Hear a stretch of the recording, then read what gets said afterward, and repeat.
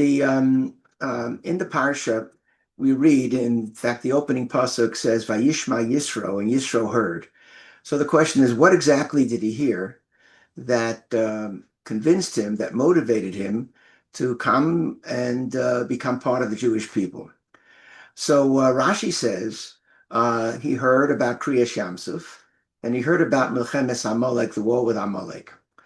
Rashi is basing it on a Chazal and the Gemara in Zvachim, in Kufta Zayin, where the Gemara basically says, what did Yisro hear? Shebola Hiskayer. Obviously, he must have heard something that prompted him to want to convert, Because the simple pshat of the pasuk would simply indicate that he heard about Kriyas Yamsuf, he heard about how God saved the Jewish people, and that would have been enough.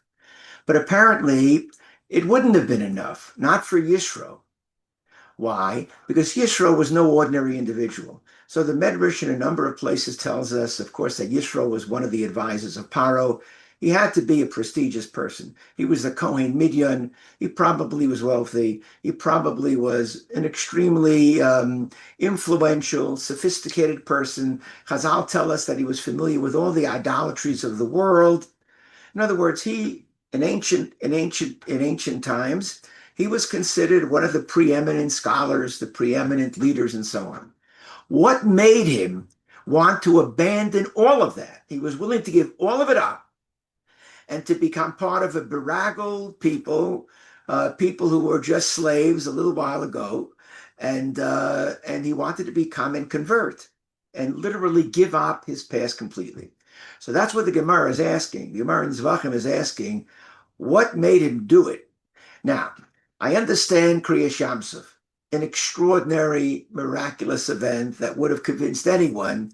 I want to be part of a people whose God is prepared to upend nature and to do anything to save them. I want to be part of that people.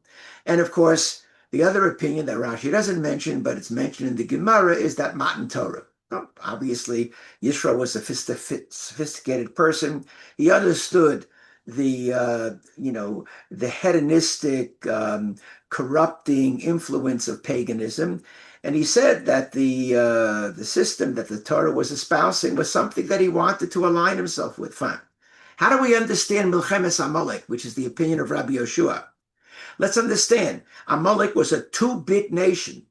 Amalek was not the most powerful power in the ancient world, right?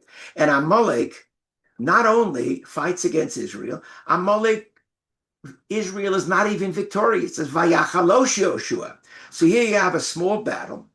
We don't even win completely, and that's going to convince the great, sophisticated Yisro to give up everything. How do we understand the opinion of Rav Yoshua, who maintains that that's what did it? What's going on here? Why did that battle convince Yisro to want to convert to Judaism? That's the question. And I think the answer is this. Yisro is a very smart person.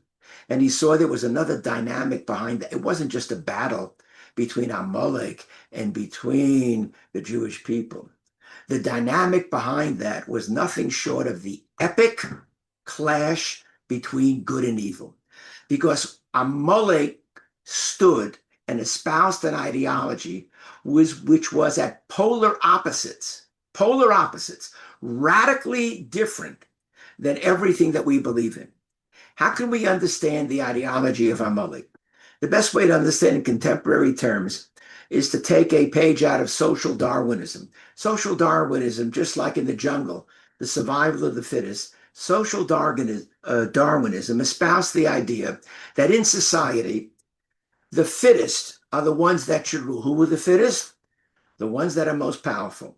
And they can run society in the best possible way. If anyone's familiar with Hitler's Mein Kampf, Hitler basically was, whatever you want to say about Hitler, stupid he wasn't, right? And he espoused that ideology and he actually articulates it. He felt that he was doing the world a favor by supporting and by publicizing this philosophy that might makes right. The Jew, what we represent, is the complete opposite, the total absolute. What do we say? We have a political, religious, ethical system that speaks of power, but power has to bow to truth and virtue. Might has to submit to compassion and forgiveness, right? That's our belief. Hitler saw that as a poison, and that's why Hitler wanted to destroy and exterminate every single Jew. That's Amalek. Amalek had no reason in the world to attack the Jewish people, as the Mefarshim point out, no reason whatsoever. Its reason was the fact they didn't need a reason.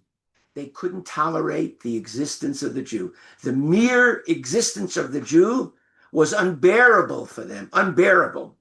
And therefore, every Jew had to be eliminated. This is Amalek, and the descendants of Amalek, as Rabbi Chaim Soloveitchik points out, you don't have to be a biological descendant of Amalek to be characterized as Amalek. Hitler, Yamach Shemo, and others as well are, and the contemporary present counterparts also of Amalek, who want to see nothing short of the destruction of every single Jew.